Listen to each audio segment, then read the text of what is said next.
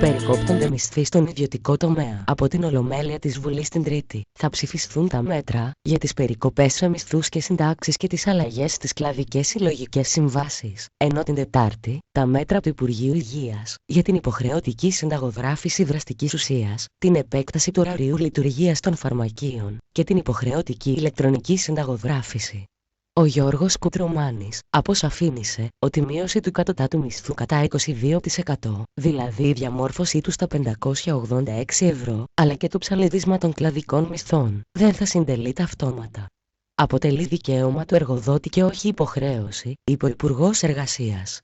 Ναι, από την Γερμανική Βουλή, με μεγάλη πλειοψηφία οι βουλευτές της Bundestag ενέκριναν σήμερα το δεύτερο πακέτο βοήθειας, ύψους 130 δισεκατομμυρίων ευρώ, προς την Ελλάδα. Υπέρ της πρότασης ψήφισαν 496 από τους 591 παρόντες βουλευτές. Νωρίτερα η καγκελάριος της Γερμανίας Άγγελα Μέρκελ είχε καλέσει τους βουλευτές να ψηφίσουν υπέρ της χορήγησης του δεύτερου πακέτου στήριξης της Ελλάδας, υποστηρίζοντας ότι κάθε άλλη επιλογή είναι ανεύθυνη. Ρυθμίσεις δανείων εντός του Μαρτίου για όλους τους δανειολήπτες.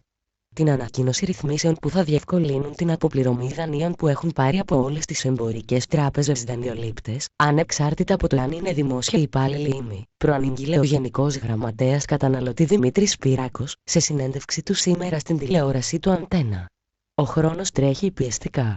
Δεν είναι ένα ζήτημα μηνών ή εβδομάδων, είπε ο κύριος Σπυράκος, ερωτηθεί σχετικά με το χρόνο ανακοίνωσης των οριστικών αποφάσεων, τον οποίο προσδιορίσε εντός του Μαρτίου. Το Αντάρτικο πόλεων για την βόμβα στο μετρό. Νέα δεδομένα προκύπτουν για τη βόμβα που βρέθηκε στο βαγόνι του μετρό, στο Εγάλεο, μετά το τηλεφώνημα γνώστου στο Μέγκα, ο οποίος ανέλαβε την ευθύνη για λογαριασμό της πρωτοεμφανιζόμενης οργάνωσης Αντάρτικο πόλεων. Ο άγνωστος, με φωνή νεαρού άνδρα, επικοινώνησε με το τηλεφωνικό κέντρο του Μέγκα στις 14:53 και είπε: «Παίρνουμε από την οργάνωση Αντάρτικο πόλεων. Αναλαμβάνουμε την ευθύνη για τη βόμβα στο σειρμό του μετρό. Θα γίνουν και άλλες τέτοιες ενέργειες σύντομα». Λίγα λεπτά νωρίτερα, άγνωστος είχε τηλεφωνήσει και στον τηλεοπτικό σταθμό Sky, ισχυριζόμενος ότι είναι μέλος της ίδιας οργάνωσης και αναλαμβάνοντας επίσης την ευθύνη για τη βόμβα στο σειρμό του μετρό. Οι αξιωματικοί της αντιτρομοκρατικής εξετάζουν με πολύ προσοχή την αυθεντικότητα και των δύο τηλεφωνημάτων, καθώς πρόκειται για οργάνωση που δεν έχει εμφανιστεί στο παρελθόν. Την ίδια ώρα, στο μικροσκόπιο των αρχών βρίσκονται οπτικό υλικό από κάμερες κλειστού κυκλώματος του μετρό, αποτυπώματα και DNA.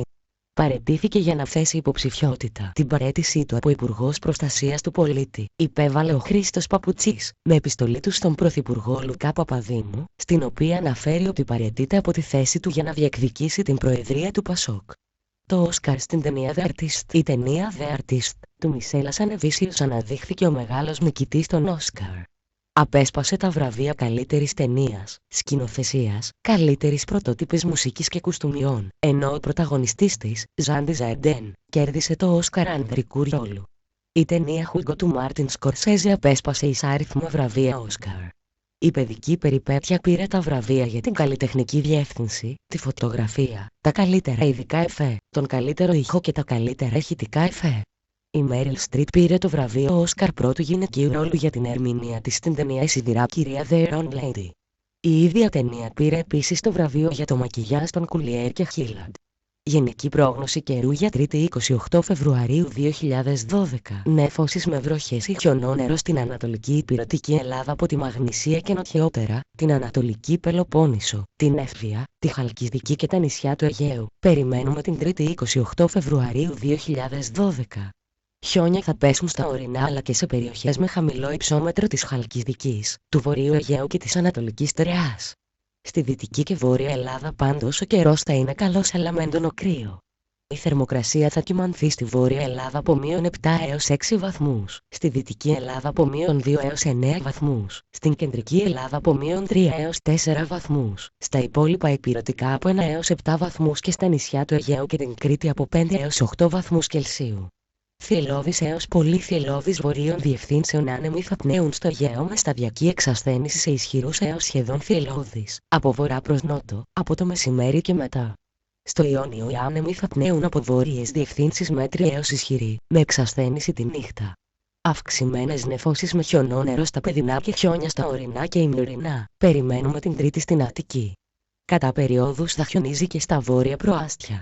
Η θερμοκρασία θα κυμανθεί από 3 έως 6 βαθμούς, αλλά στα βόρεια και ανατολικά του νομού θα είναι 3-4 βαθμούς Κελσίου χαμηλότερη. Οι άνεμοι στο Σαρονικό και το νότιο Ευβοϊκό θα πνέουν από βόρειες διευθύνσεις σχεδόν θυελλώδης έως θυελλώδης και τοπικά στα ανατολικά το πρωί πολύ θυελλώδης, αλλά σταδιακά θα πέσει η έντασή του στα 5-6 μποφόρ. Παροδικές νεφώσεις κατά περιόδους αυξημένες και έντονο κρύο. Περιμένουμε την Τρίτη στη Θεσσαλονίκη. Η θερμοκρασία θα κυμανθεί από 0 έως 6 βαθμούς. Οι άνεμοι στο Θερμαϊκό θα πνέουν βορειοδυτική ισχυρή έως σχεδόν θυελλώδης. Περισσότερες ειδήσεις μπορείτε να βρείτε στην ιστοσελίδα μας www.iparousia.gr.